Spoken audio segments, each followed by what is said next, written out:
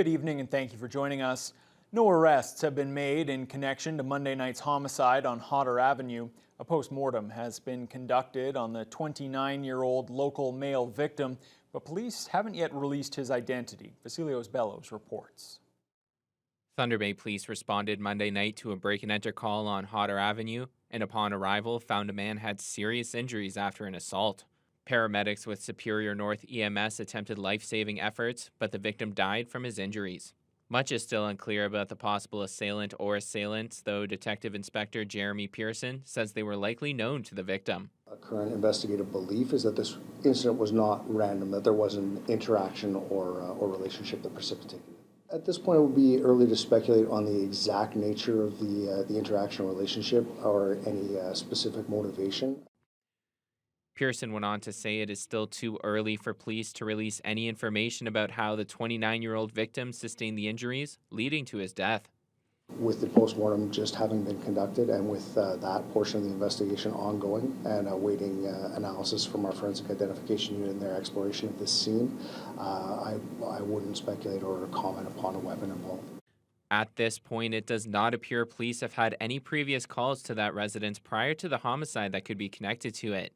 With an incident as serious as this, Thunder Bay police stress they will use all the resources required to carry out the investigation. Including, of course, the major crimes unit who are taking lead on this, the forensic identification unit, and all of the ancillary units that we are utilizing for roles such as Canvas for their additional subject matter expertise. Investigators have been asking those in the area for information they may have regarding the homicide and are in the process of looking for security camera footage as well. Police are urging anyone with information to come forward, as even seemingly small details could assist them in their investigation. Vasilios Bellows, TBT News. The Ontario Liberals have managed to fill one of their vacant candidate spots in northwestern Ontario. Thunder Bay City Councillor Shelby Chung is running for the Liberals in Thunder Bay Superior North. She'll try to fill the seat that's long been held by Michael Gravel, who had to pull out last month for health reasons. Chung has represented the Northwood Ward on City Council since 2014 and has served on a number of boards and committees. She also holds a degree in political science from Lakehead University. This will be Chung's first crack at provincial politics. Here she is on some of the factors that drew her into this race. There's a blank slate for the Liberal Party, complete blank slate. And it's like coming in at ground zero again and having a space to recreate something. We have, people with all kinds of experience. Like the gender diversity on this slate of candidates is amazing. At least 50% are female. This provincial run means Chung will take a leave from City Council and the boards that she sits on during the campaign. That includes her newly appointed Police Services Board seat. Chung insists when that appointment was made on Monday, her provincial election status was still up in the air, and she wanted the police board to have its full complement of city councillors. Well, to the latest promises and pledges from the provincial party leaders now. They focused on a variety of topics today, from dental and health care to schools to transportation. Siobhan Morris has the details from day 2 on the campaign trail. It's early days in the campaign, right folks? Early days. In these first few days of the campaign, the NDP is trying to win votes in PC ridings, zeroing in on health, pledging support for midwives. More access to birthing care.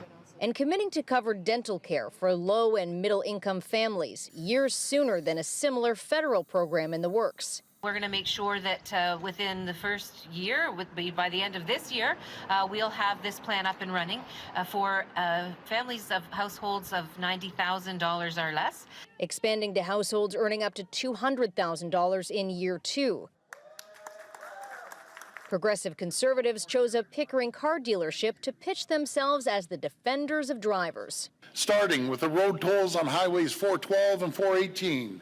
We're scrapping the Liberal road tolls and giving families across Durham a real break. But we're not stopping there. We're also scrapping the license plate stickers that Stephen Del Duca loves so much. And trumpeting plans to build and improve highways. Uneventful. After committing to spending $10 billion to build and repair schools, the Liberals shared what they'd like to do inside. We're going to shrink, put a hard cap of class sizes of 20 for both elementary and secondary. We're going to hire up 10,000 new teachers to help us meet this goal. And we're going to scrap mandatory online learning. Del Duca says 6,500 new elementary teachers and 3,500 more high school teachers are needed to make this work. The Green Party was in Waterloo with the commitment to help more people find a safe place to live. In partnership with co-op and nonprofit housing providers that would include 60,000 permanent supportive housing spaces with wraparound mental health, addictions, and other supports. Schreiner also stressed his opposition to the PC's proposed Highway 413. That was CTV's Siobhan Morris. Turning to COVID-19 now, the number of cases at the Regional Health Sciences Centre has surged to the highest level since late February. There are now 36 patients in the hospital with the virus, up from 28 yesterday, and there are now 5 COVID patients in intensive care. The occupancy rate at the regional is now nearly 102%, while the occupancy rate in the ICU has risen to 86%. A section of John Street Road had to be closed today after a culvert collapsed. Barricades have been set up at Community Hall Road and Maple Ward Road, and only local traffic is being allowed through. There's no word on when the culvert will be replaced and the road reopened. Drivers are being asked to find alternative routes and obey all signage along John Street Road. With the forest fire season on the horizon, First Nations emergency personnel have come together for the very first After Action Responders Forum. The gathering in Thunder Bay is meant to help emergency teams get ready to protect their communities this year. After watching thousands of people evacuate their homes during last summer's record fire season, it became clear to many emergency professionals across the north that they have to work together to be better prepared this time around. One of the main issues, according to those in attendance, is the culture shock experienced by many evacuees when they have to move into larger metropolitan areas. It's an issue Group Chair Darren Spence believes can be addressed before any evacuations this summer. Developing plans where we can have it First Nations led, have a First Nations joint leadership, where we provide a list of places where you can go and evacuate your community, and where you feel that you can be safest and not be in the metropolitan areas where we have those large issues, especially social issues. Spence says they now plan to hold a similar event every fall to ensure emergency teams come up with best practices to protect their communities. Gas prices have risen sharply across the province over the past few weeks, and some analysts are predicting the average cost at the pumps will surpass the $2 mark any day now. Here in Thunder Bay, we've nearly hit that dreaded threshold. The gas prices at some local stations are now as high as $1.99.9 per litre, while others are still in the $1.86 to $1.93 range. On the Fort William First Nation, prices range from $1.59 to $1.67. According to the website OntarioGasPrices.com, the average price in the province has jumped more than 19 cents over the past month and 8 cents in the past week, up to $1.87 per litre.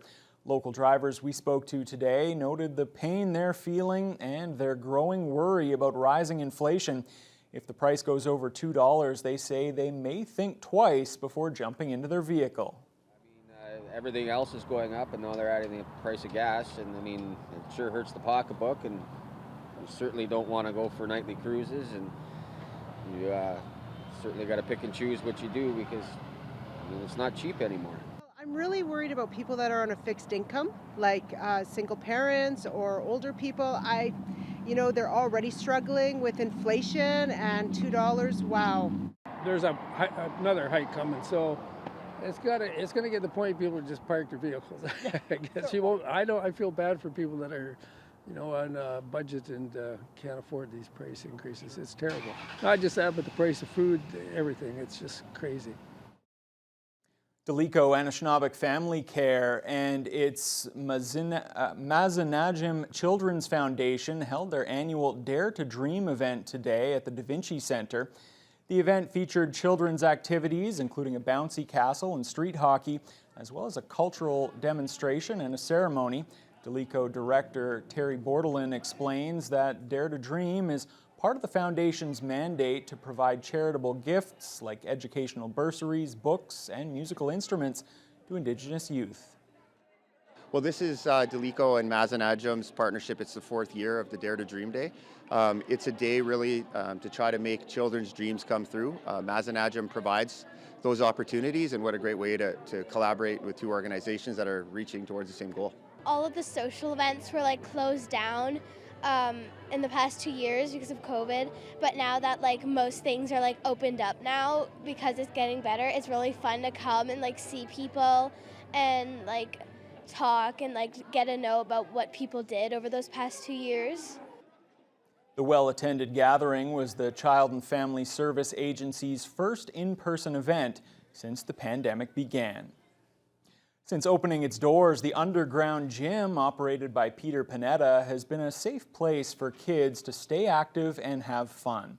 And now, with help from some special women, the gym has added Indigenous heritage programs. For the past couple of Friday evenings, Mariah Esquega and Lily Schwinnard have been passing down their knowledge and tradition to the Indigenous children that call the underground gym home.